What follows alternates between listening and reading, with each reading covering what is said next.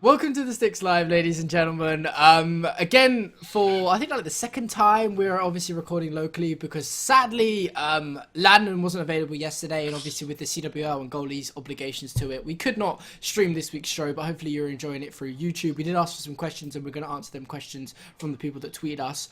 So yeah, we're gonna get into that. But Landon, you were obviously at EGLX. For anyone that Yes. didn't know, talk me through the event and kind of your weekend because it seemed amazing. Like they had retro games, they had everything you could possibly want as an inner child. It is true. Yes.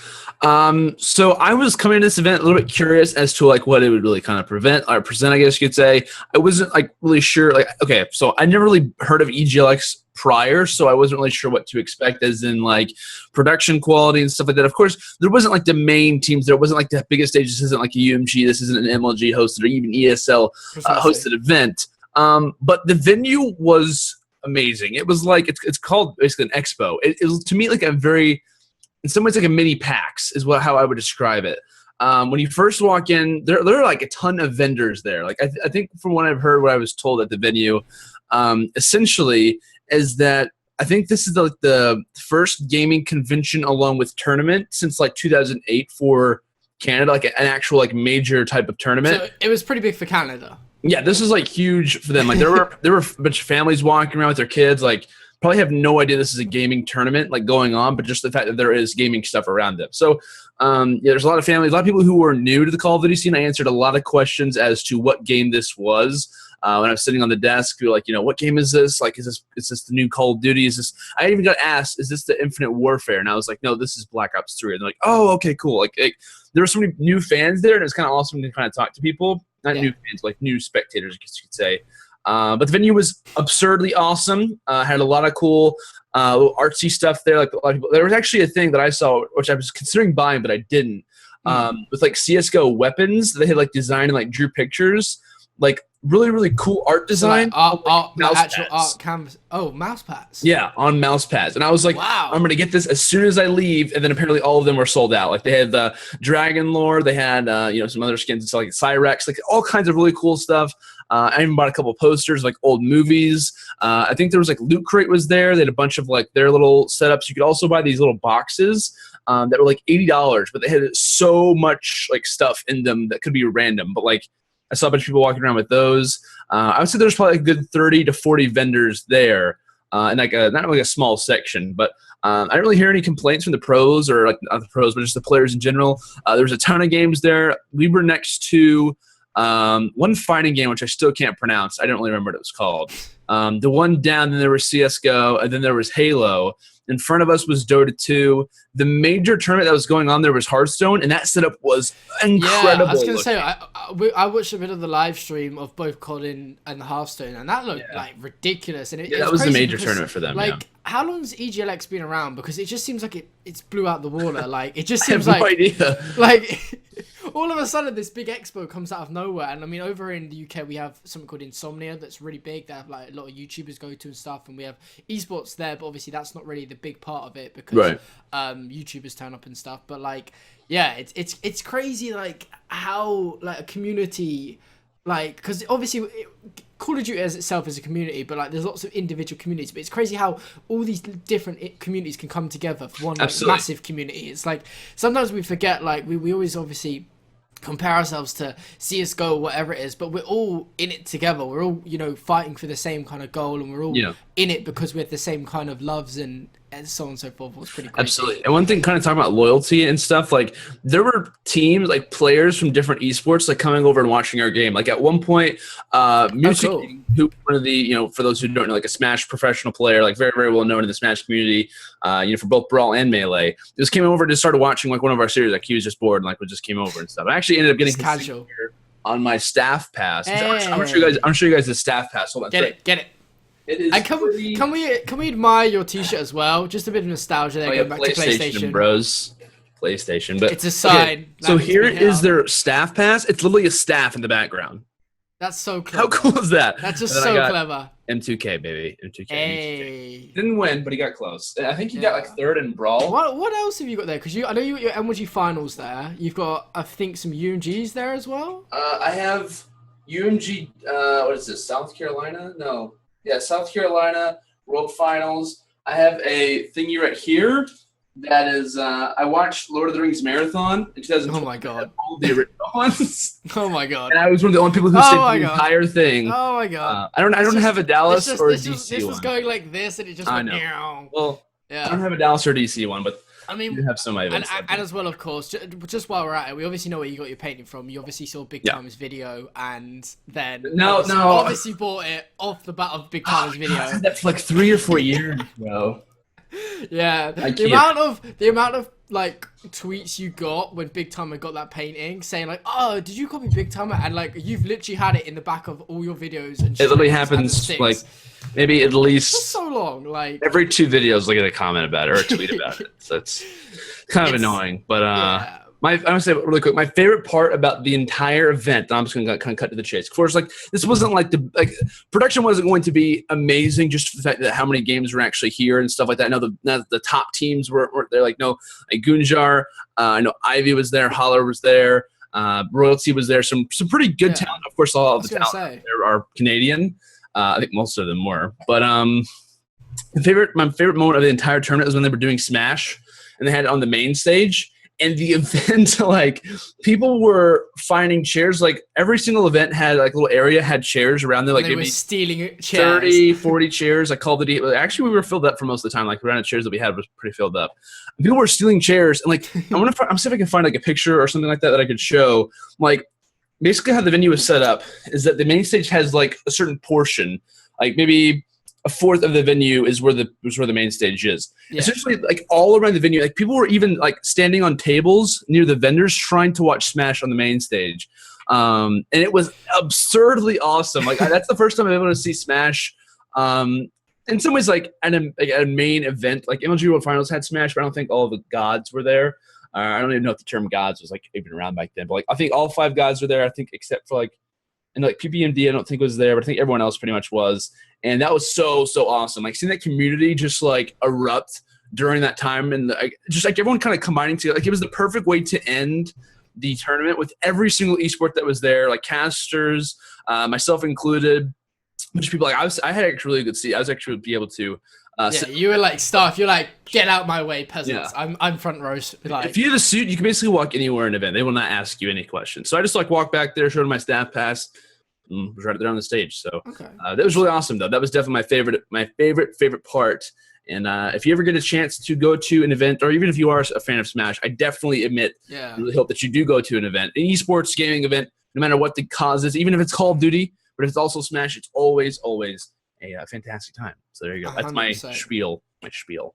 Yeah, definitely. Well, it seemed like a cool event. I enjoyed yourself, casting, and Doug, and Paradox, and Lemon Kiwi. You all did an amazing job as always. But getting on with the show today, we're obviously going to be talking about Infinite Warfare and CoD 4 Remastered. How can we not talk about it? It sucks that this isn't a live show because obviously we love interacting and kind of seeing what the chat has to say when we're talking about certain topics. But before we talk about that, we're just going to quickly talk about CWL because there's been a couple of problems with lagging and people timing out and stuff. We're not really going to give you too much of a recap of what's happened, etc. And then we're going to finish off by talking about ESWC. How can we not talk about ESWC that is happening, of course, this weekend? I don't know about you, just to kind of get your opinion on this. Would you say it's kind of the first major as such? I think per definition of major, I'd probably agree. Well, I say major. I mean major kind of international, because obviously. Well, you can kind of count like the playoffs and stuff like that. Maybe you're like the qualifiers. Yeah. I mean, I know. Don't get me wrong. I know we got no one from Australia, so please don't get butthurt, excuse the phrase, about it. But we do have every single team from the CWL in Europe, and obviously 3 from North America. But we'll get onto that in a second. Coming back to CWL, last week obviously we had all 3 regions in action. This week, for anyone that doesn't know, before you get upset, there is obviously no North America, because obviously a lot of teams are actually travelling out to ESWC, and what we'll come on to talk about, 3 teams in particular. But we did have a lot of problems, especially in North America. I think it was most prevalent in North America with, I know Optic was one that got hit.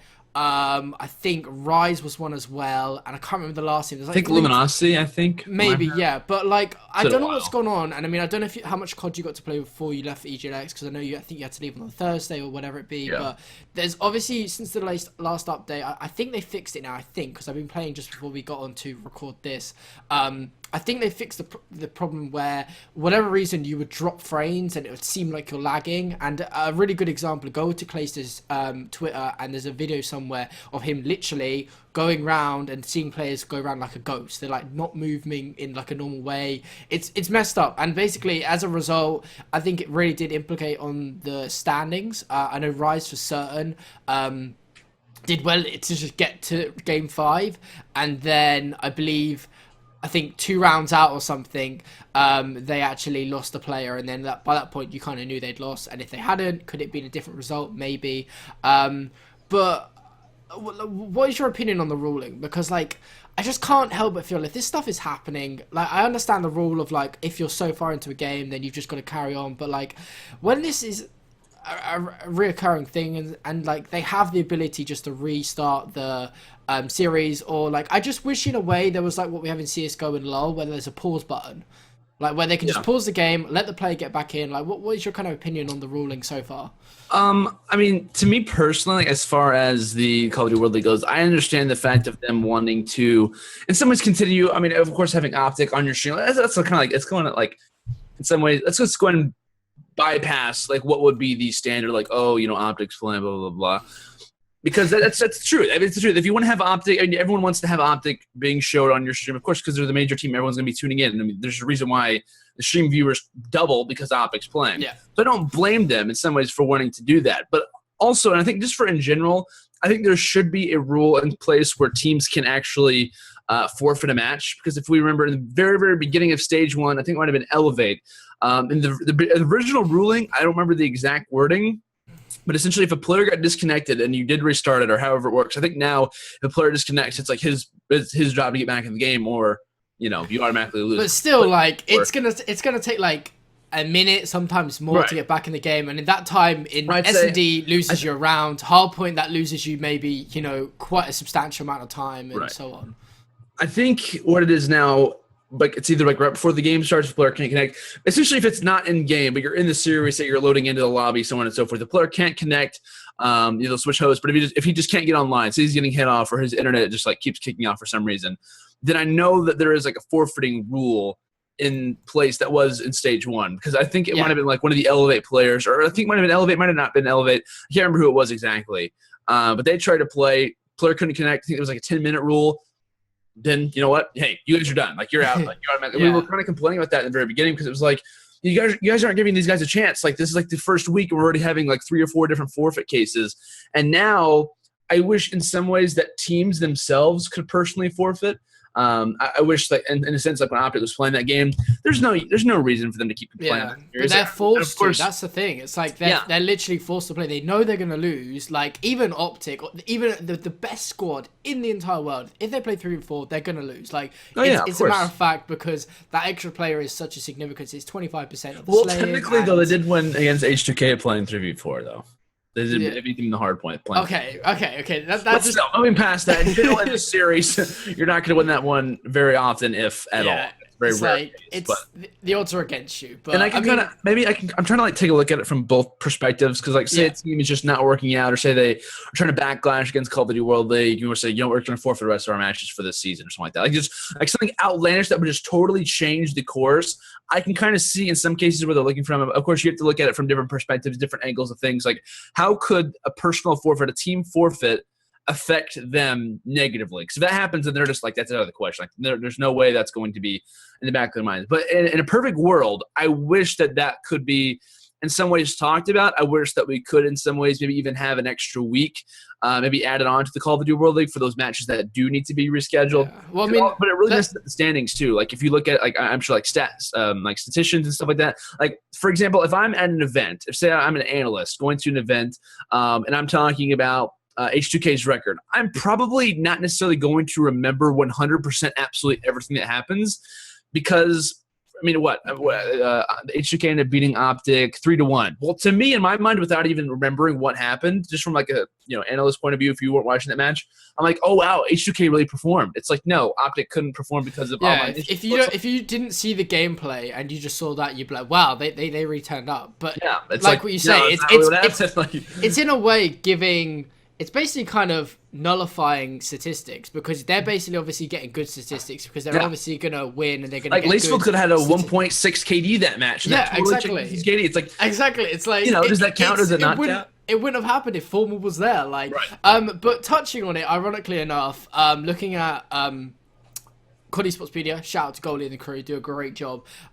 Kind of a good thing that we recorded today because it appears that actually this has happened between Orbit and Chiefs where due to connection issues their match is actually going to be postponed. Okay, so it's, at least it's a precisely one team or the other isn't being forfeited because I know I think at the end of the day like coming down to relegation in Europe, I'm pretty sure like Giants got forfeited like their last match and that could have like maybe potentially implicated results. So there was definitely a lot of forfeit in stage one. It seems like they're trying to resolve these problems. They've obviously have a schedule to stick to, and they're obviously ESL are just only doing what they're being told in a way that they've obviously been told look, we have to play that match today. There's no way we can postpone it unless literally like we can't even start it with both teams because in that case they obviously can't forfeit one team over the other like by a coin toss. So hopefully it'll get fixed up.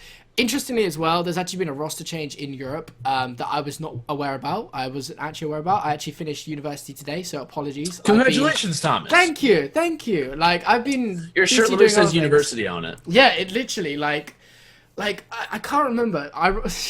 The weirdest thing happened in one of my YouTube videos way back. Like we're going months back. Someone was like, "Can I buy this top off you?" And I was like, wait, what? I thought they were joking. And then like, you want me to sign it or? No, like as in they wanted me to send it. To, like I don't know. It was weird. I get some weird questions. I get like, what products do you put in your hair? I'm like, I don't put products in my hair. Like, anyway. Well, no, you do. All right. Go ahead.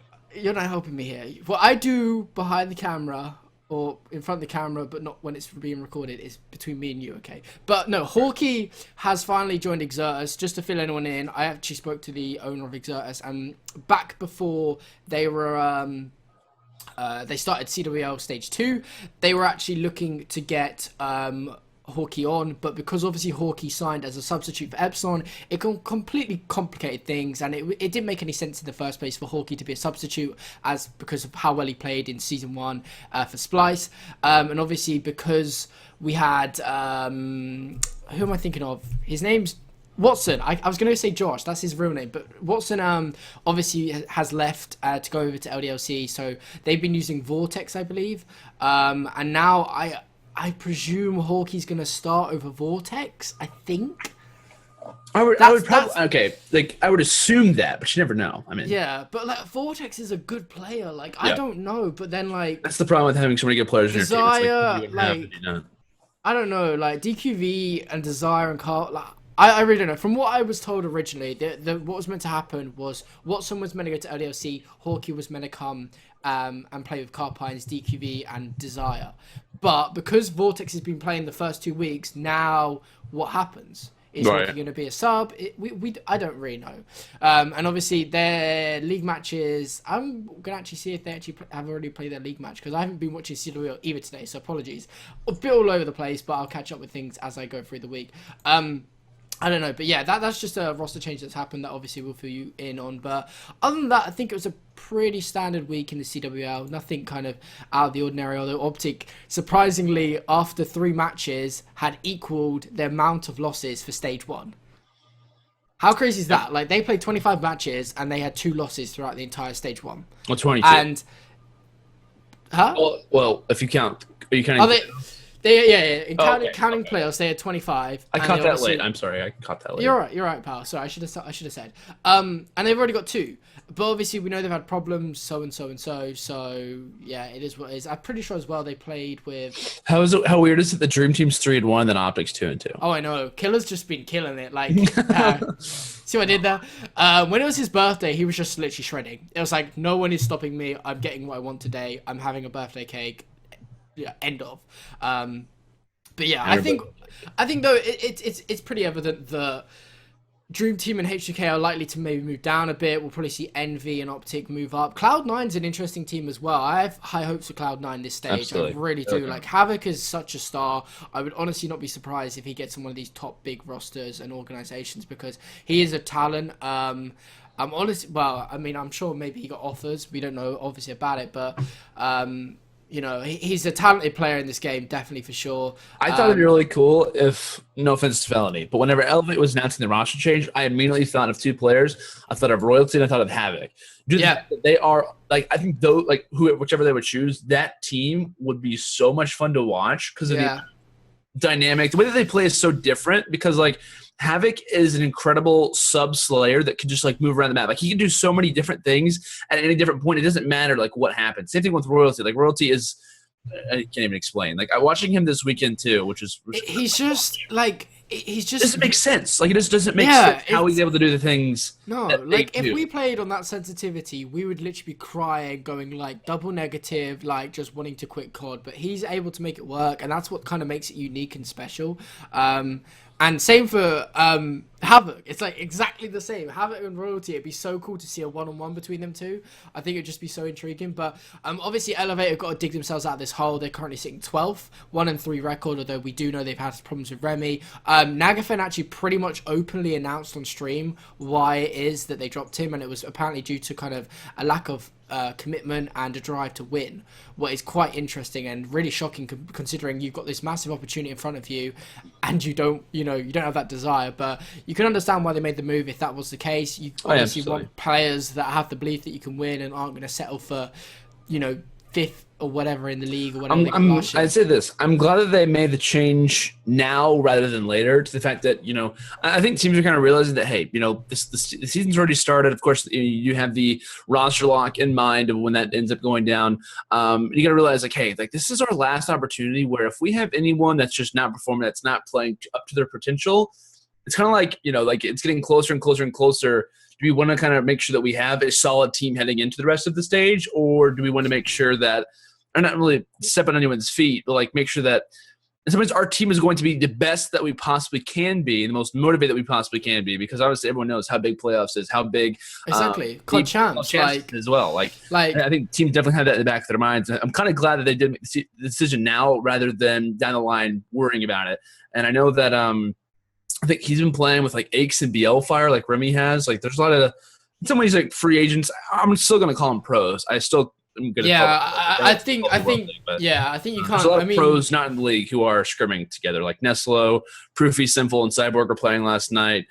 Theory's been playing with Holler, Exotic, who's actually an incredible player that I was able to see at EGLX. And Khalifa, there's just a lot of teams that are scrimming right now. Khalifa is back on threes up. Good player. But yeah, that pretty much wraps up the CWL. Obviously, FaZe Rise at the top of the North American one. Europe has actually got Hyper Games on top at the moment because they actually won today. 5-0. Good boys. I'm so proud of these dudes for sticking together because there was a lot of... Easily could have separated, yeah. Yeah, I mean, I don't want to go into too much, but there was the potential for a roster change, and they were thinking of getting rid of a certain player, but I won't go there because it hasn't happened. But I'm so happy for the dudes, even though they're not a part of XL and I don't get to, interact with them, if you will, but so happy for them. And then obviously in ANZ, Mindfreak actually have suffered a loss, so Orbit are currently on top.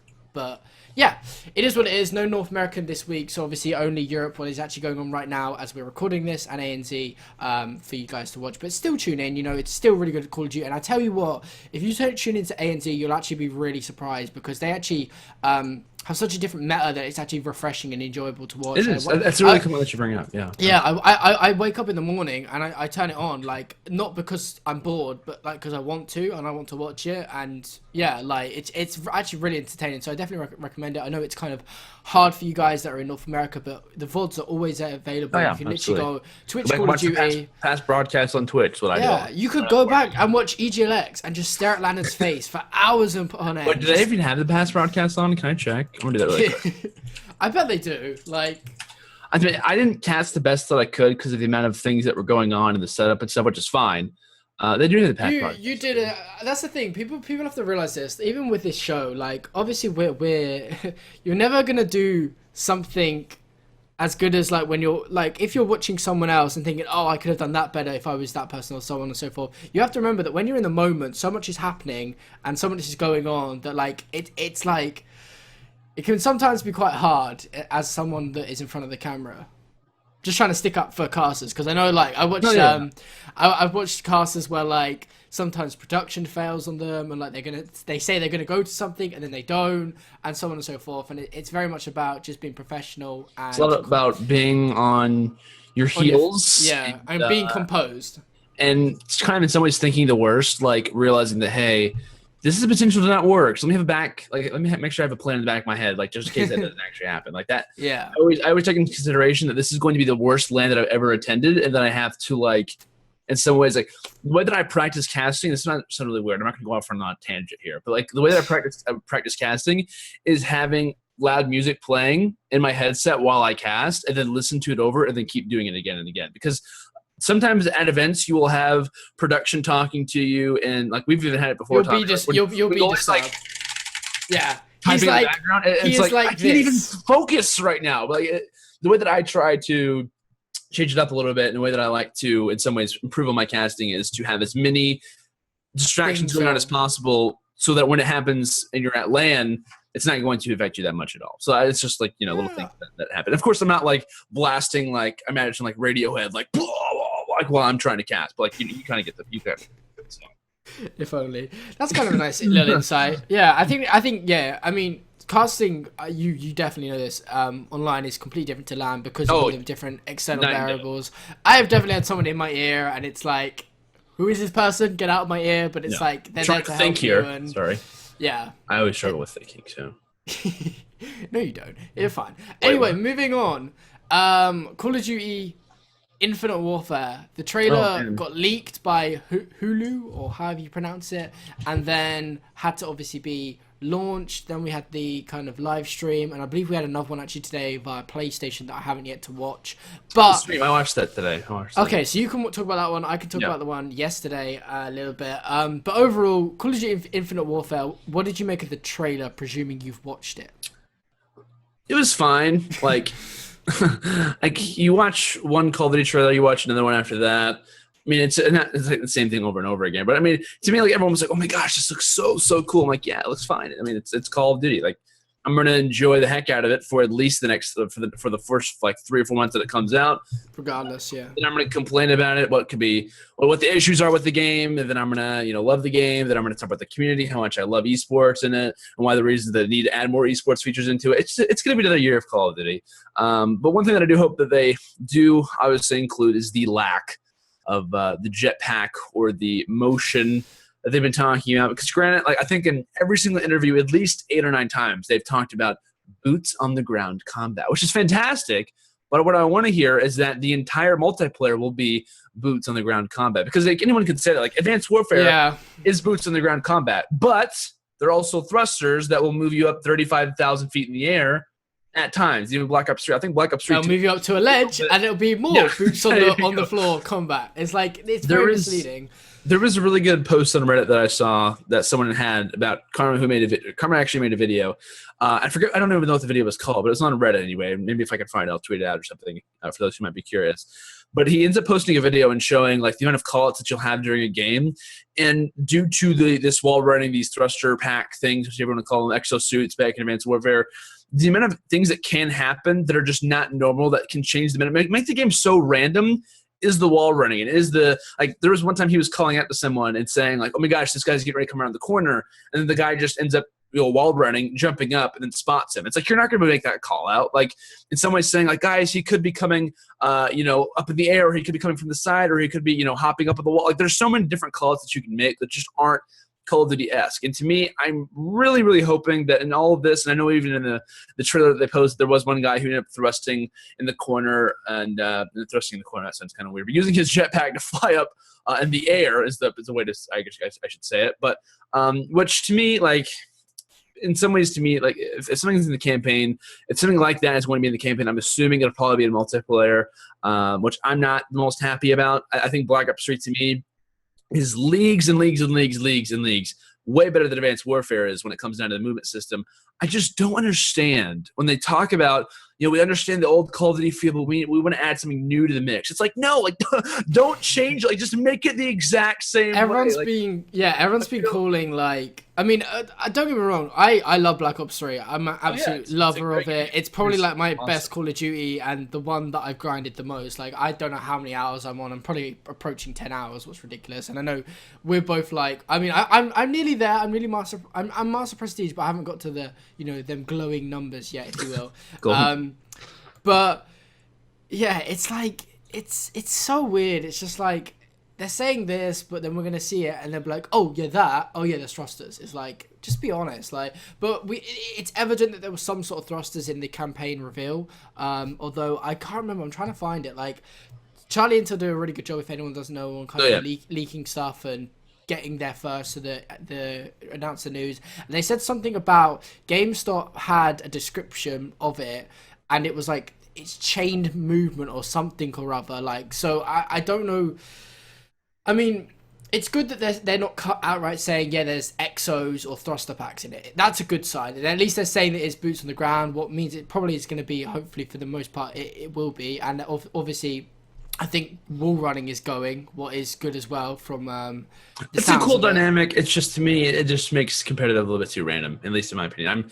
I'm tired of playing Black Ops 3 and constantly having, especially the maps too. Like, honestly, like, Black Ops 3, one issue that I had with Black Ops 3, and like I said, I have this for every single game. Like, once we're like 3 months through the anniversary season of the new Call of Duty, that's when like everyone starts to say, like, I hate this, I hate this, I hate that. I'm personally, though, in this game, I'm not a big fan of the maps. There's not like one map that I'm loading up to. I'm like, oh my gosh, I love this map. Maybe besides like Fringe.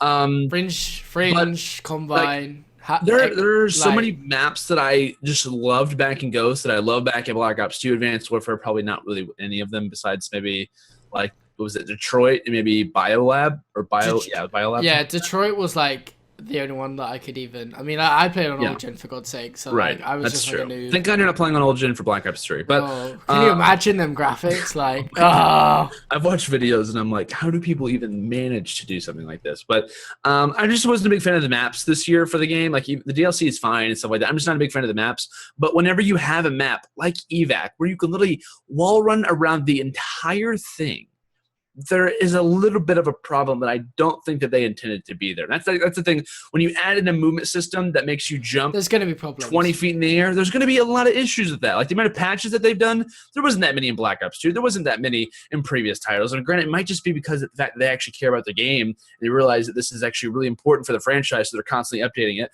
But there wouldn't be that many patches. There wouldn't be that many issues going on with the game. There wouldn't be so many posts on Reddit, so many posts on Twitter saying, wow, this game is broken, if there wasn't thruster packs, there are jet packs, exo suits in the game. So to me, I just want the typical Call of Duty again. I just want to have, boots on the ground. I went and played Ghosts maybe 3 hours ago on Xbox One because I actually recently bought Halo 5. I went and played Ghosts because I was like, oh my gosh, I have this game on here. I wonder what it's like to go and play this. Granted, it's really hard to get back into, but I had a really good time. I was like, wow, I can actually know where someone's I'm on the ground. I'm on the ground again. It's fantastic. But I think maybe as time goes on, I hope they realize this isn't like going to be a hardcore element in this game from now on. I know there was like rumors of people talking.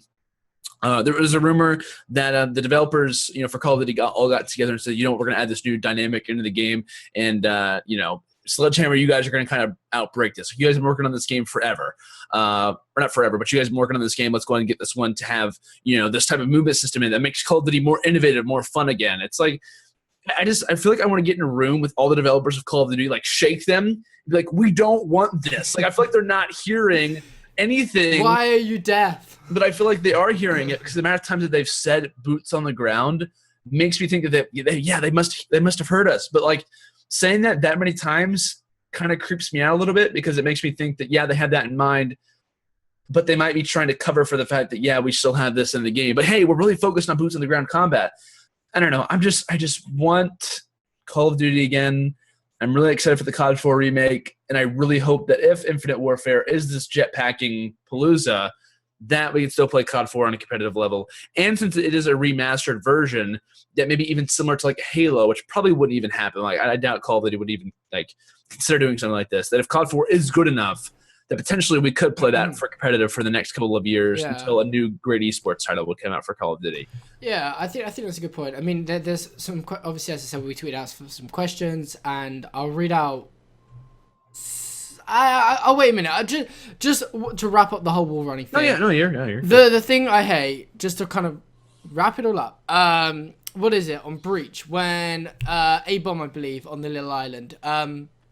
When you're obviously sitting on bomb and like someone can literally wall run on the wall run to mid, and go like keep rapping and going really really high to a point where like when they when they come and peek bomb or like come and actually like, you know, if you've got the bomb down, they're trying to defuse it and like challenge you, like you can't see them in your peripherals. Like you literally, like it's so dumb. But yeah, like that's it makes the game so random. If you go and watch Clayster play Wagers, or just FaZe in general, but Clayster specifically, watch him go and play S&D Wagers, and you will see the amount of wall running in this game that I didn't even realize was possible is absurd. Like I was watching him on Fringe, just get some ridiculous spots on bricks, like or bricks, basically the bump site. You know, everyone knows what that's called. Everyone calls it. I feel like every time that I hear someone call it bricks, they call it a different name. Bricks. Right before barn, of course, everyone knows that in the bomb site. And he was like walking, like he was like literally juggling, like going onto that big trains building, like, you know, the outside of that. And he was like watching these wall runs. I'm like, I didn't even know this existed. And like he was doing this on a consistent basis. And the only way to spot him doing this stuff is to not look around on the ground, but to look straight up to see this guy like being. Exactly. It's like it's not natural. So random. And to me, the fact of randomness and competitive, it just doesn't mix well together. Like whenever you have random. Whenever you have competitive, it's like, no, it's not going to happen. That's why we try to take so many random elements of Call of Duty out of the game in general. And I wish there was some way that we could play hardcore mode. But of course, when it comes into these maps and stuff, it's just like, it doesn't work. Like these maps are made for jetpacks and stuff to be in them. That's why people are like, hardcore is broken in Advanced Warfare, because you get like half the stuff on this map. The only way you can get into this certain room without having to go around the entire map is to have a thruster pack on your back. It's like, I don't know. I keep saying this over. I feel your frustration. Let us know down in the YouTube comments what your opinion is. Moving on. Obviously, Infinite Warfare. Hopefully, it can not be any thrusting. Hopefully, but what it's called is obviously it's obviously setting space, and obviously, I think part of the campaign is actually you have like it's kind of similar to Destiny, where like when you're on the main screen and kind of choosing where to go and stuff, or like when you're going there, you're like in this jet, and it's actually customizable, and it's actually apparently called Jackal, again coming from Charlie Intel. Just want to go back real quick. I just actually found out that Carbines was the player replaced on Exertus. Just want to clear that up so that people don't start going, oh, you should know this, I'm sorry, please understand, I've been busy. But everyone obviously wants to hear us talk about COD 4 Remastered. That's what, COD 4 Remastered. Everyone's getting hyped about it. All I'll say is, like, I didn't play a great deal of it. I did play it, but, like, obviously, at that age, I don't think I really grinded it because of the age I was. What do you mean? I'm kidding. I'm joking. It's not going to be exactly the same. Oh, no. It'll... Like, and I think people are reminiscing. There was still a lot of problems with COD 4 with nades and all sorts. Well, yeah, everyone says that COD 4 is the best Call of Duty of all time. Because you remember it that way. It's like you remember it. It's for that time. Like, if we went back and obviously played COD 4, I would be like, the graphics suck in this game. Like, why am I getting naded across the map? Like, why do these people have so much powerful nades? Like, why are there only 2-3 good weapons in this game? Like, of course, during its time, it was the greatest game. So I definitely agree in saying COD 4. In my opinion, I like Black Ops 1 the best because that was the game I grinded out the best. It's just really which game you came in. But COD 4 is the definition of the grandfather of Call of Duty. Like, it's the first multiplayer, really, in some ways, official multiplayer game that like set everything in stone. Like, that was the game that everyone looks at and says, like, you know, the amount of, I feel like every COD title has a certain staple in the scene that they implement. Like, even like, for example, Advanced Warfare added uplink. So probably from now on, if there, maybe I'm not really sure if F-Source Infinite Warfare will be, like, uplink is kind of like a staple in Call of Duty right now. Like, we see Black Ops 3, we have uplink. Like, yeah, it's so entertaining. Hardpoint domination, all this stuff, like, that was implemented for certain games that put it into it. So to me, like, COD 4 was the definition of like what, like the background or the backbone, I guess, of what Call of Duty is today. And the game modes, and just, I totally agree. I mean, yeah. So getting into some of these questions. So one of them says, do you see competitive COD throwbacks on COD 4 Remastered? Obviously, we were excited for CoD 4. Like, I don't want to tell you what everyone already knows because obviously it's remastered. So we know there's going to be, I think, 10 maps and the campaign, and you can obviously expect the guns you would use in the same campaign. So there's no real point digging into this. Obviously, it's going to be really exciting to actually have 2 games released at the same time. But going back to this question, competitive CoD, does it feature at all in CoD 4? Do we see what we saw back in AW where LMG did a throwback to CoD BO2? I'm sure there'll be events. I'm sure there will be. I don't know as prevalent as you may be thinking. Like, I'm sure they're going to have a couple events here and there. And honestly, like, what I'm really hoping for, if this is an exact replica of the game, maybe they fix a couple things here and there. Of course, like, the graphics are going to be updated and whatnot. Yeah. But I'm really hoping, I get goosebumps just thinking about this, if Call of Duty sucks, okay, Infinite Warfare, it sucks, right? Then we go over to the next Call of Duty, it sucks too. We can maybe go back to this game, maybe play it. Like, it's not like with the fact that we have 1 game per year. Now we have 2 this year. And I love it when people are tweeting out, they're like, I can't believe that you're going to make, COD 4 Remastered a bundle. Like, you have to buy both of them to get the game. It's like, of course they are. Call of Duty has an opportunity to make money. I guarantee you, That's still a business. They're going to take it. Like, they are going to do their very best to make as much money as possible. So it's like, you know what? You guys want both these games? You have to buy them together. Like, you have to buy them together. So I'm really hoping, though, like, when it comes down to the remastered version of Call of Duty, that whenever they do make it and they call it remastered, they don't just make the game and say, here you guys go. Like, here's the game. Enjoy it. Love it. My only worry is that when it first comes out, there's going to be a lot of issues with it.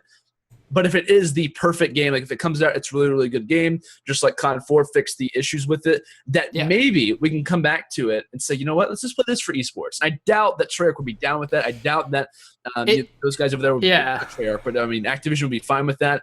But hey, it's out there. Tournaments can maybe happen on that game. At least we're going to have potentially a backbone game where we can rely on. That's a little bit different than the actual franchise of Call of Duty games being, Ghosts, Advanced Warfare, like down the line.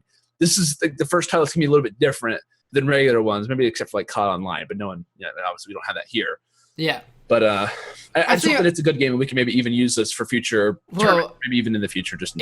It'll obviously definitely be featuring on Game Battles, Gfinity, and all the online tournaments for sure. So you can guarantee that. At least you can play it. But it's like, you've got to think, players are going to go where the money's at. There's obviously they're gonna back Infinite Warfare. It's the logical thing to do because it's the new game, and that's why COD 4 comes with the new game. It's not like the other way around, because that would make no sense because it's the new game. It's like that has to be the priority in this situation. So I think it's a situation that we have never had before, because we've never had 2 games released at the same time. We're effectively getting 2 games, although one is obviously remastered, but it's like it's going to feel like a new game because of the kind of updated mechanics. It's new gen graphics. They're going to fix some of the things that we had problems with on COD 4.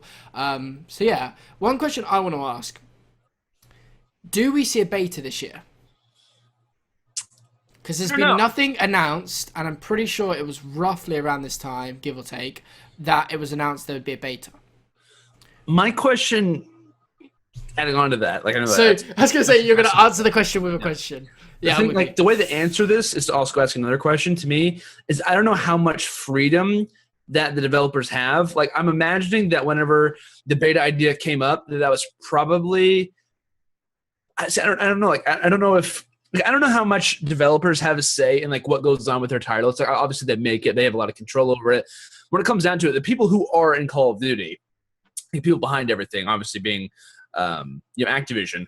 I don't know, like, whenever a brand comes to them, like if they just agree mutually, or if Call of Duty says like, hey, this is what we're going to do this year, or if the developer says like, we don't know the exact conversations that happen between the two. We don't know how much freedom the developers have over the, like I said, the people over, Activision. I'm not really sure how that conversation goes down. I'm assuming most likely that whenever the beta idea came up between these two, being Treyarch and being Activision, that it was, like I said, probably a mutual thing. But like I said, I'm not sure if that was Treyarch's idea, or if it was Call of Duty saying like, hey, from now on, we're going to have a beta for this game. Like, we want to be able to produce this as much as possible. And if it was a different, like say it was Sledgehammer who had this idea, I would most likely assume that from now on, that's what we're going to do. But it seems like as far as developers go, Treyarch, without a doubt, is the most community based. Like they want to do the most new things. Like what we have Yeah. Paint Job, we have Gunsmith, we have the new Codcaster, we have the free running mode. Like they added so much to this game, and I don't know if that was Call of Duty coming to them and saying, you know what, with this new hardware, we need to add a lot of new stuff, or this is Treyarch's, like in some ways their freelancing thing where, hey, like we have these ideas that we want to do for our game, and it might be for Infinity Ward they want to do something different. So to me, I have no idea. Obviously, I think it would be in their best interest to potentially do it again, because I think it was a really good idea what they've done. Because this is like this is the year for Call of Duty where they've done so many new things, like the sales. Like I don't think, besides like maybe a couple of different times where we've seen Call of Duty go on sale, and they were even offering Nuketown to be free. They've given you Nuketown, that's never happened before. Like, and they've never given you a DLC map for free. Yeah, they never put it, made it half price, anything like that on the PlayStation Store. They've never done this much new stuff at one time before. So I'm not sure if it's just Treyarch because of the freelance or the opportunistic times that they took, or if it's just Call of Duty in some way, or I'm not sure if it was. Sorry, I'm having a hard I know what you're trying to say. I'm not sure if it's Treyarch being exuberant with everything, or if it's Call of Duty saying this is the new standard for what we're going to do. And it's hard. But I mean, based off what we've seen, considering that pre-orders have already gone on sale and stuff, we can kind of, I guess, presume it's not, because they would have announced it, because that's going to drive. When did they announce it for Black Ops 3? They announced it as soon as it came out. Honestly, I don't remember. I feel like it was later. Like it wasn't like, hey, here's Call of Duty, here's the beta. Like I don't know if it was like a little bit after. I'm honestly having a look. I'm just trying to think what would happen if, like, did they beta COD 4? Probably not. I doubt. No, they're not going to beta COD 4. That wouldn't happen. I honestly can't remember. I know. I'm assuming. I don't know. It was between now and like July. I know that is in this 2 month span. But it's like, because the only reason I say this is because obviously they've already put the game on sale, and obviously if they're going to announce this, I would have thought they would already announce it already, because that's another means of getting people to pre-order the game. Just like, or what they could be trying to do is that, like, have as many announcements as possible. Like, hey guys, here's the game. By the way, here's COD 4 2 months later. By the way, guys, we're having a beta 2 months later. Hey guys, the game's getting ready to come out. Like, I'm not sure if that's like their in-between announcement that keeps the game interesting. If that makes any sense, because that's probably what Treyarch probably tried to do, or Call of Duty tried to do. I'm not really sure. Like I said, I honestly, I really hope that we have a beta. But like in my mind, like in my soul, I feel like that was an idea from Treyarch, not an idea from Activision. So I don't know. I don't know. Maybe we could, if we did enough research, maybe people in the comments could find that out. If it was Treyarch's idea, or if it was Activision, and then kind of coming to mutual agreement and stuff like that. Like I said, I really have no idea. But I hope that it would be implemented again. I hope that we see as much changing of like sales stuff, like you advertising it constantly, saying, you know what, we have a deal going on, you guys can buy this game for only $30, like, stuff like that, where Call of Duty's not as stingy as possible, saying like, here's the game, the price is going to stay the same except at a very rare occasion. I'm glad that they're being involved more, and I hope that that wasn't just Treyarch's involvement. I hope that it's Activision's ideas moving forward. So yeah, I have no idea. We'll have to wait and see. I think that would be, as you say, quite cool if they do just boom out of nowhere in a month's time. That's a great question. Look, we're actually pre-order it, and you get the beta as well. But to answer another question, it's kind of a hard one to answer. But do you think people will be disappointed with COD 4 and be bored after a month? Also, is DLC for COD 4 a possibility? Well, I think it's a good question, considering that they've only released 10 and they have the possibility to then release, other maps if people want them. I think it's definitely hard to say about that first part of the question. I don't think people will get bored of Infinity Warfare or COD 4 within a month. It will not happen. It normally lasts all the way through Christmas, because then obviously you get the Christmas noobs and stuff. And it's not really until kind of the early months of the next year that it starts to maybe fade out. And yeah, the thing is, people have been so negative. I've just actually seen a picture of all the likes to dislike ratios, or all the different Call of Duties that Chaos retweeted, and it looks like over 100,000 people have disliked and liked Infinity Warfare, making the ratio like 50-50, what is god awful in terms of YouTube likes to dislike ratio. But like, just cut the negativity, because like, Just All wait. people who are disliking it are gonna buy it anyway. Exactly, that's the thing. It's like, Our community screw is Call of Duty. I'm gonna buy it though, and I'm gonna say screw it while I play it. It's like it's just how it is, man. It's like yeah, they're gonna I buy hate it Call of Duty, regardless. yet I play it every night. I play GBs all the time. I play money. Yeah, like you're gonna buy it You because this is what it is. It's like you constantly talk about negatively the thing that you like the most. Because why you wouldn't talk about it negatively if you didn't care? If you didn't care, you just wouldn't play the game. Like people who come into the Call of Duty streams and say COD sucks, like esports, console esports is a joke. There's a reason why they're staying. There's a reason why they're constantly putting in there. It's not because of their ever dying love of CSGO to let everyone know that Call of Duty is the epitome of what esports shouldn't be. It's like, no, you're in there because you find it interesting in some way, and you wouldn't be bagging on it if you didn't at least find it interesting in some way. Or you would maybe you're just not good at the game. Like let's face realities. Throwing shots. No, but in all seriousness, we've only seen we've only seen the trailer for the campaign. We haven't seen multiplayer campaign, multiplayer trailer either. Well, and if there's a beta, that even more helps technically. Us. We did see multiplayer for COD 4 because it's very okay. Yeah, that's true. Campaign. I don't think there's a campaign for. Is there a campaign for COD 4? Yeah, campaign. And oh, really? I thought it was just multiplayer. I didn't even know. So maybe not. I apologize. I might have actually just lied. I don't know. Because when they showed that little part at the end, I don't know if that was multiplayer or not for COD 4. And they had that like little thermal thing pop up at the very end for the COD 4. I'm not sure if that was multiplayer. Probably wasn't multiplayer now that I think about it, but I was assuming that it would be multiplayer because I didn't know the campaign was there. So I apologize. Yeah. Never mind. Although technically, when you think about it, in a way, campaign can be multiplayer if you can play with, like it's like the same as campaign, if you know what I mean, with the same guns and blah blah. But besides the point, like I hate negativity. This happens every year. It happened for Black Ops 2, for God's sake, and look how good that game turned out. It's just like, stop complaining and moaning and being negative and be constructive about it. Like, wait until something comes out, and then if you still have something you don't like, don't bash the freaking game. Don't be negative and be my favorite comment is "this sucks," and there's no reason why you're saying this sucks. Exactly. It's like you don't understand. I always see pros tweet out stuff like this. I think like Nate Shot was the definition of like a person who tweeted this out. He was like, someone tweeted at Nate Shot, was like, "Hey man, you suck," and it was like, why do I suck? He's like, not important. It's like, that's the whole point. Like, the whole point of saying that you don't like something is to say why you should improve it. Okay. Call of Duty, it sucks, man. Like, it's just terrible. It's like, what's the reason why you think it's terrible? Like, what are the things you can add to it to make it better? It's like, just imagine you're speaking, like, say it's Black Ops 3. Imagine you're speaking to David Vonderhaar, like, and you say directly to his face, "This sucks."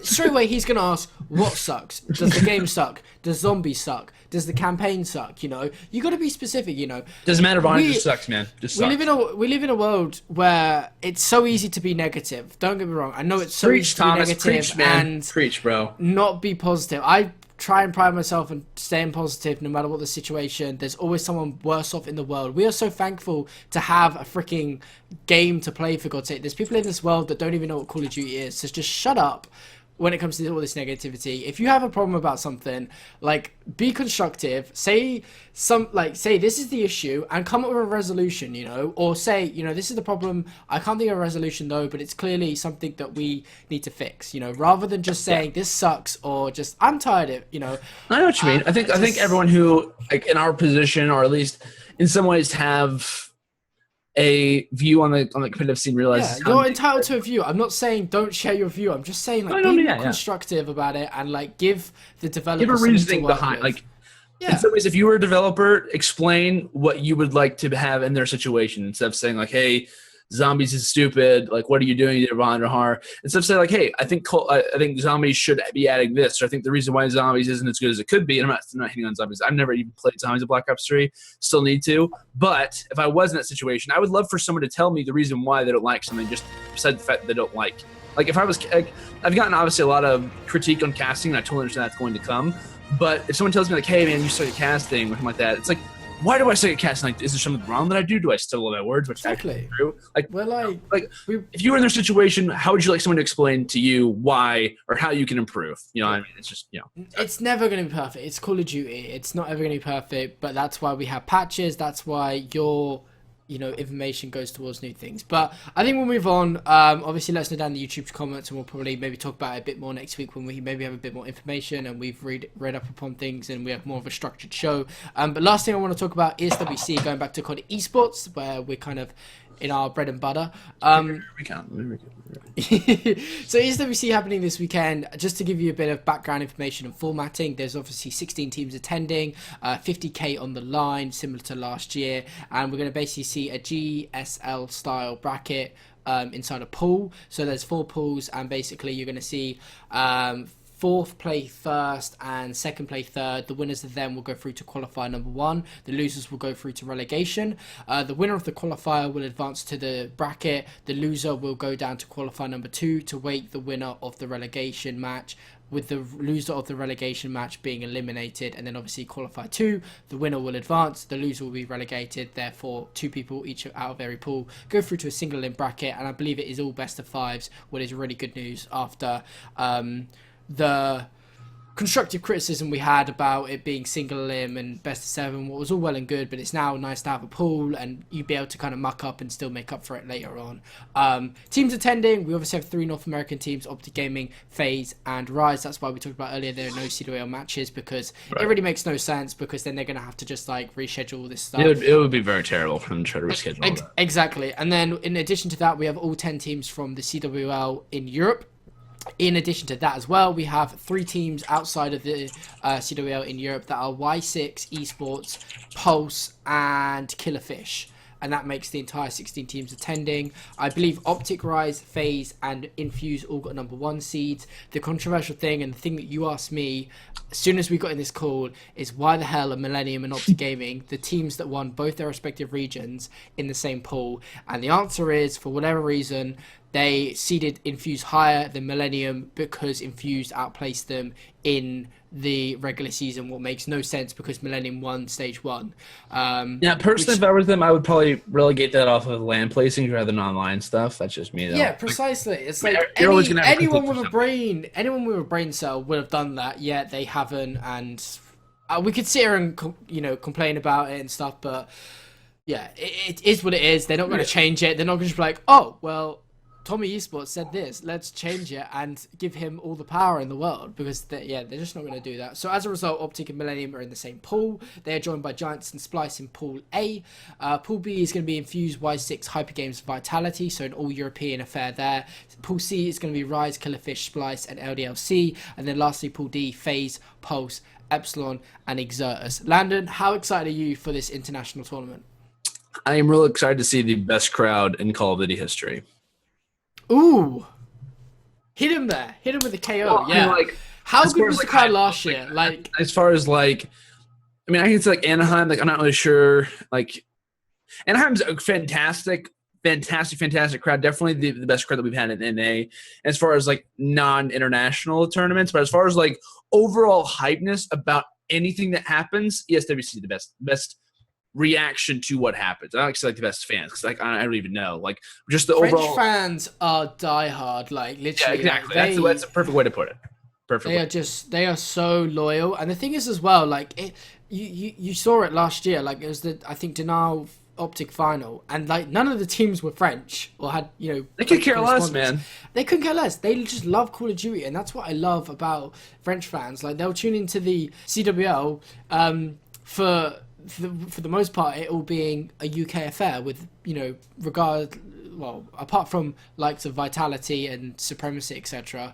Right. And it's great. It's just they make up such a big kind of viewership and mass of European viewership, and you can't understand how just crazy they will go. And if you missed it last year, I definitely recommend you go check it out. Just go watch the finals if you have to, or a match, and it's just insane. It doesn't matter what it is, if it's a clutch play or just something really intense, the crowd get behind it, and that's esports. I get that certain teams obviously have a bigger viewership and fan base and so on and so forth, but I thrive for a day where no matter what the team is, no matter what's going on, but no matter what the team is, that people will watch just because they enjoy watching the game and because they love watching the game. That's why I love Smash so much, because the fans like if anyone's playing, they're going to be watching it. Like of course, like whenever a player like Mango's playing, or just in general, like when it comes down to, there's always going to be a certain amount of teams or team who is going to increase viewership. That happens for every esports title. Like if you're going to watch,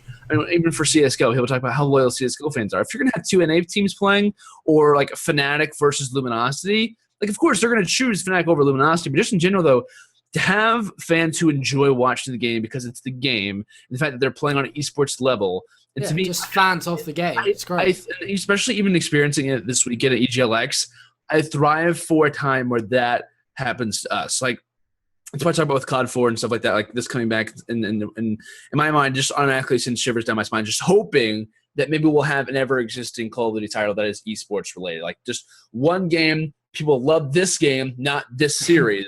I don't want you. I want COD 4.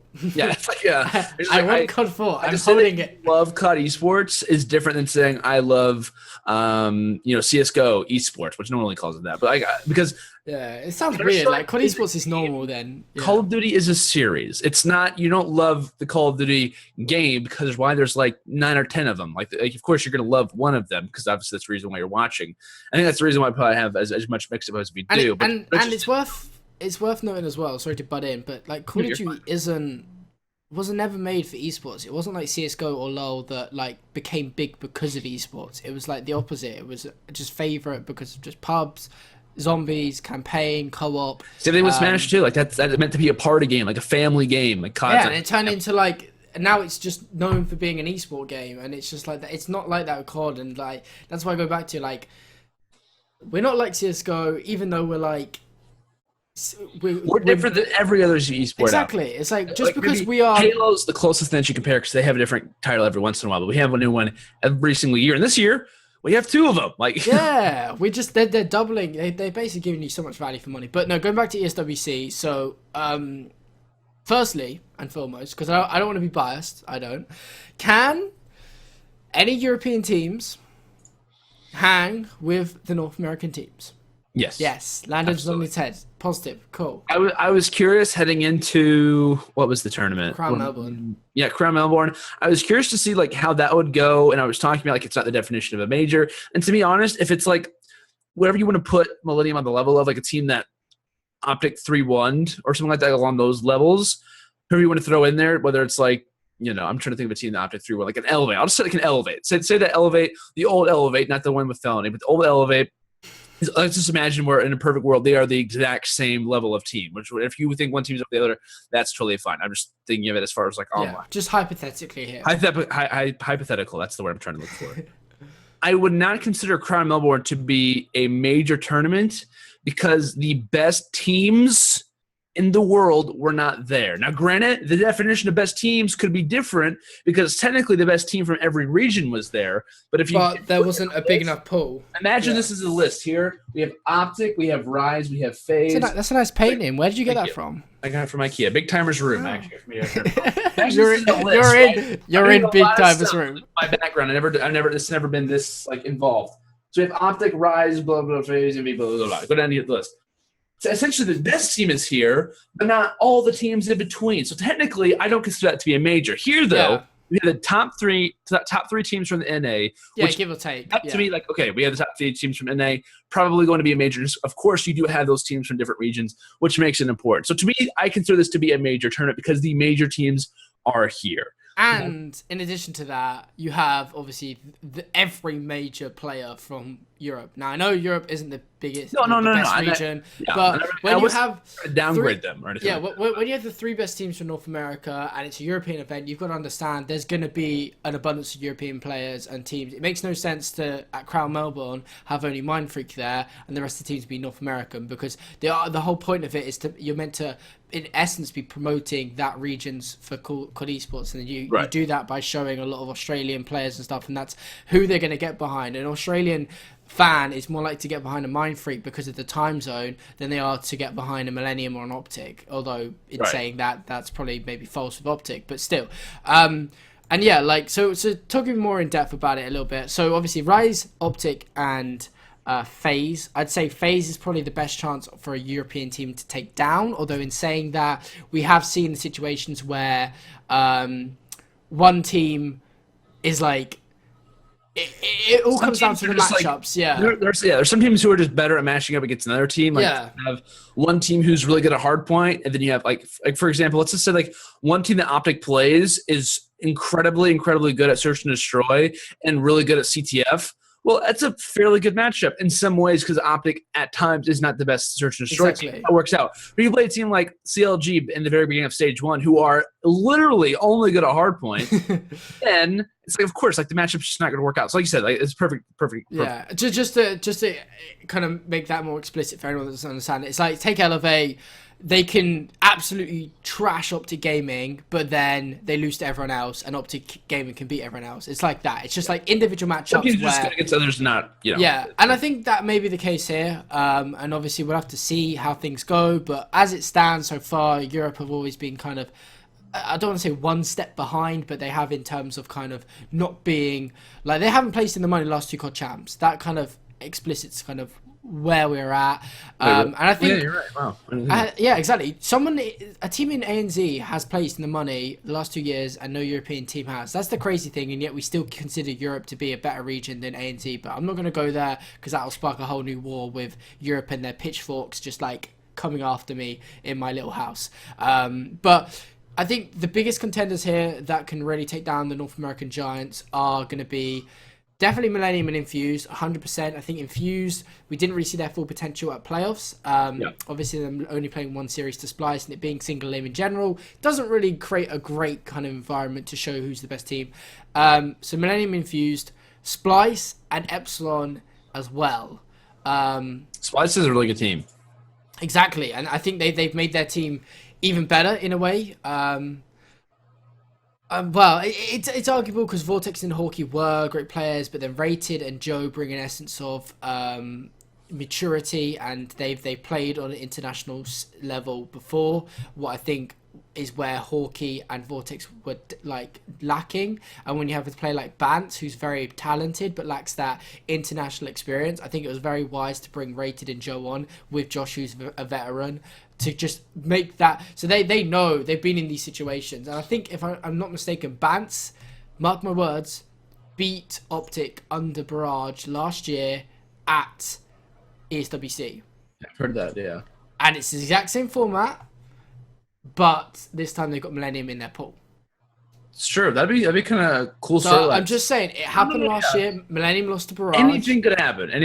Exactly. That's the one thing to bring up. And to me, this is really exciting because to me, this is officially, it's not officially, but it's like the first time we get to see like the actual, you know, combination of teams from all over the world. Granted, you had Optic Gaming there. Like, okay, well, the only team we're missing is Mindfreak. I'd say that's the only team that I would have liked to see here. Was going to be here, but just in general, though, I think this is like the first time where we're going to be able to experience teams finally combining together, where it's going to have, you know, the best of the best. And I say the best, like, I mean, of course, you're going to have the top 3 teams from every region. Okay, well, that's not going to be the most accurate thing in the world, and just in general. But like having Optic here, having Rise here, having FaZe here, having all the top 10 teams from Europe, or not top 10, it's like going to be so good. To me, this is like the actual first time we're able to see a CoD Esports, like an actual.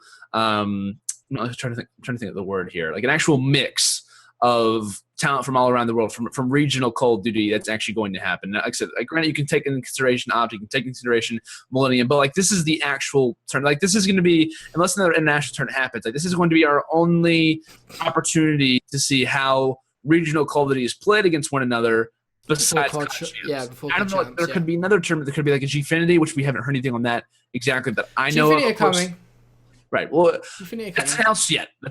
We'll obviously have potentially, you know, that come up soon. But just in general, I'm really excited, looking forward to it. Like little matchups here and there. Like I compare, and I call Bance the European Octane, and I cannot wait if they end up playing one another. See that would like kind of line up. Like little things like here and there they're gonna happen. Like, what you'll soon realize is like Octane is here and like Bance is like I know. Like up here. And I think they're in the same group together.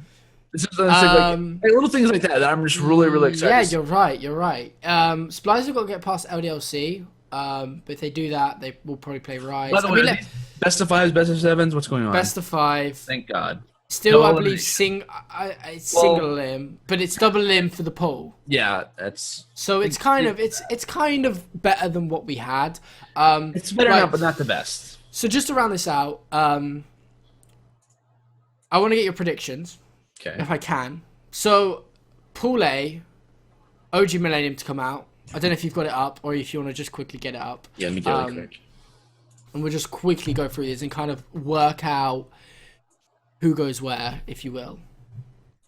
Because it's quite interesting, because obviously there's the wild card in a way of Pool B, because it's all a European affair. Yeah, Optic. So, I mean, Optic Millennium, I think it's without a doubt are going to come out of Pool A. Yes, probably.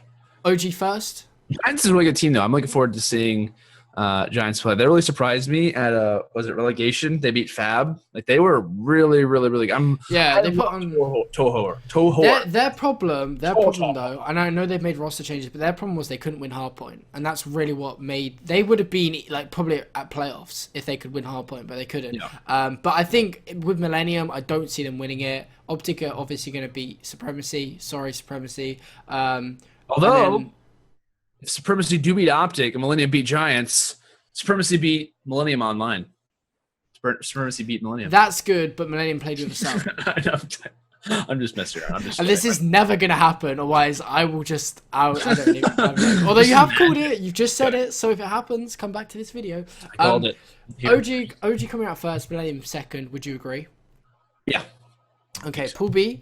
Infused. I'm just gonna rattle through this quite quickly. I'd say Infused come out first and Hypergame second. Yeah. Wait, who's on LDLC again? I'm trying to remember.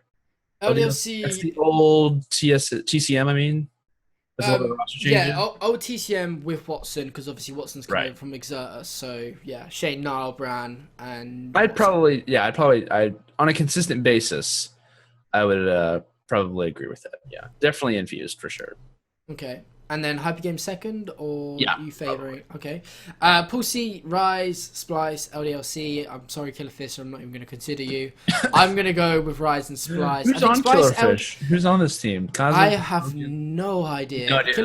What country is that? I'm looking at this flag. It's German. No. There's one player who's not from Germany. That was Mamba. What is that? Poland. Let me look at the Latvia? Poland or Latvia? I don't know my flags. I shouldn't be saying this.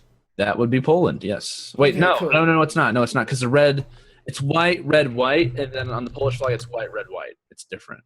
I believe it's Latvia. It's the same. It's not the same shade of red, but it's Latvia. Why are we even doing this? Yes, it is Latvia. You're correct. It looks like Latvia. Okay, I got my second guess right. All right, we got a Latvian player. Interesting. Never had experience with that before. Okay, but on a serious note, like, Rise are going to come out of this pool first. And I expect Rise and Splice. Yeah, Rise and Splice. Okay, and then lastly, FaZe and Epsilon. Although Exertus are a dark horse. I'll say that. I'm sure there'll be, like, one surprise that none of us are able to, like, No, our predictions never come true, by the way. Like, there's always one thing that goes terribly wrong with our predictions, so, yeah, bear that in mind. I definitely, on a normal, like, if in a world where everything went normal, I think our groups are definitely like in contention to be there, obviously.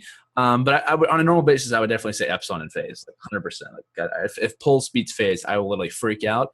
Epsilon and Jurtis still has potential. Like, definitely, like out of the groups that we've talked about, this matchup could be pretty close. But I'll definitely, on a regular basis, like I said, I'll give it to Epsilon for sure. Okay. So then, when it comes to the bracket,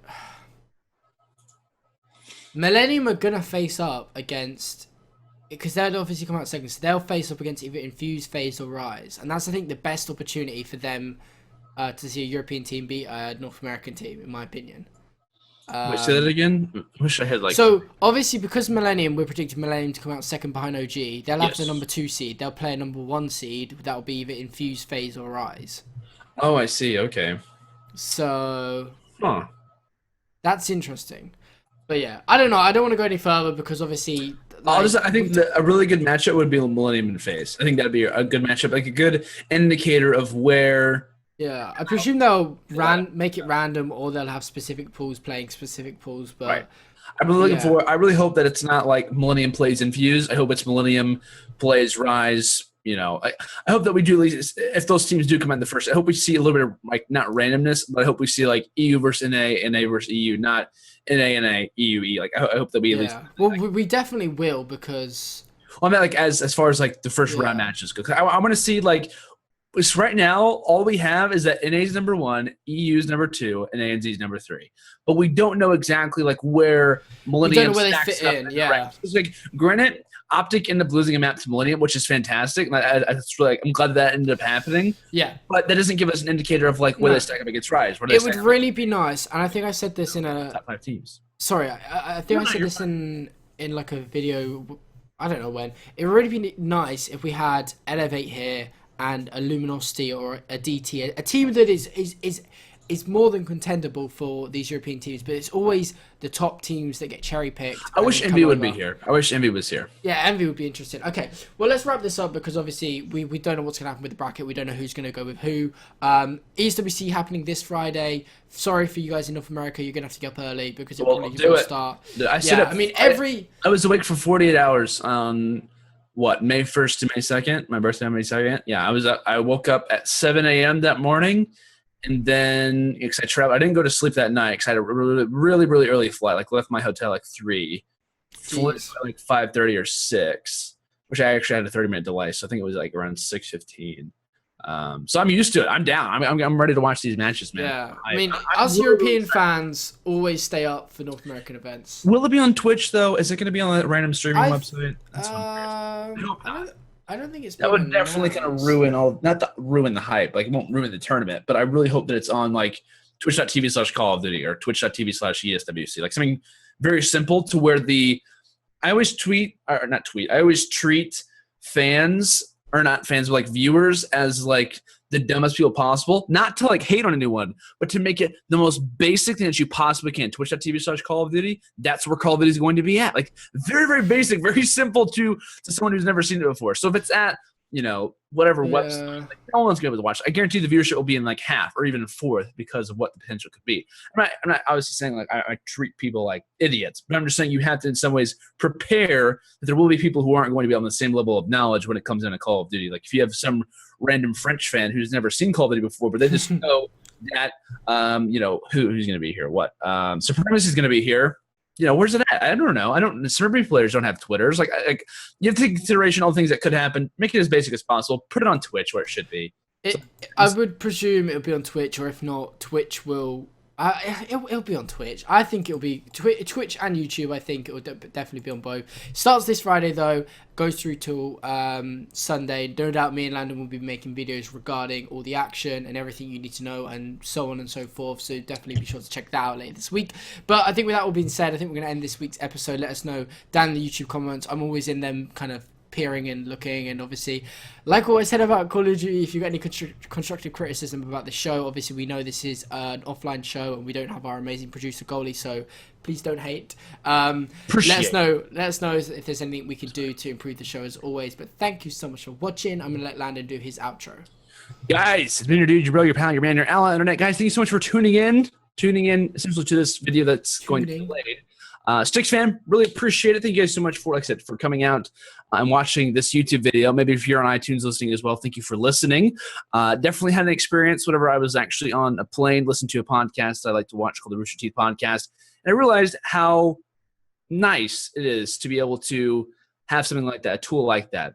So if you guys are curious, always make sure to tune in to us, obviously, on YouTube where you're at currently, and also on twitch.tv/TheSTiKSLive, and also on iTunes as well. We'll obviously have those links down in the description where you guys can check those out. If you guys are curious, want to follow me on Twitter at LandoCod, as well as on YouTube. Just search LandoCod as well. You'll be able to find our caster, COD, Lando, whatever you guys want to do. Really good time this weekend at EGLX. Definitely really pumped to get back on the swing of things. In some ways, I treat this weekend as a vacation because I was able to escape. I was in Toronto, in Canada for my first time on my birthday. Good weekend. Enjoyed it a lot. And like I said, I always highly encourage, if you've never gone to an esports event, if you have the occasion or the opportunity, go, even if it's not your favorite game, even if you know just a little bit about it, go. You'll enjoy it. You'll be glad you did. And COD esports for life, man. Boom. Wait. Yeah, boom. Did people do peace signs anymore? Probably not. I don't know. Just embarrassed myself. Yeah, on YouTube. I don't know, pal. But anyway, thank you so much for watching, everyone. As always, thank you to our sponsors, Scuff and G Fuel. We could not be here without them. Use code STIKS for discounts, respectively, for both. And yeah, we'll be back. Yeah, there we go. I have more. See, I would have G Fuel, but Kingdom's pretty much literally got like a whole stash of it and will not share. He's greedy. But thank you so much, guys. We'll be back to our regular schedule next week of streaming at 10 p.m. GMT or 5 p.m. EDT. So check us out next week on Monday. We'll be talking more about CoD esports, recapping ESWC and other GC goss, and hopefully we'll have some interesting guests on as well for you guys. But thank you so much. My name's been Tommy, that has been Landon, and good night.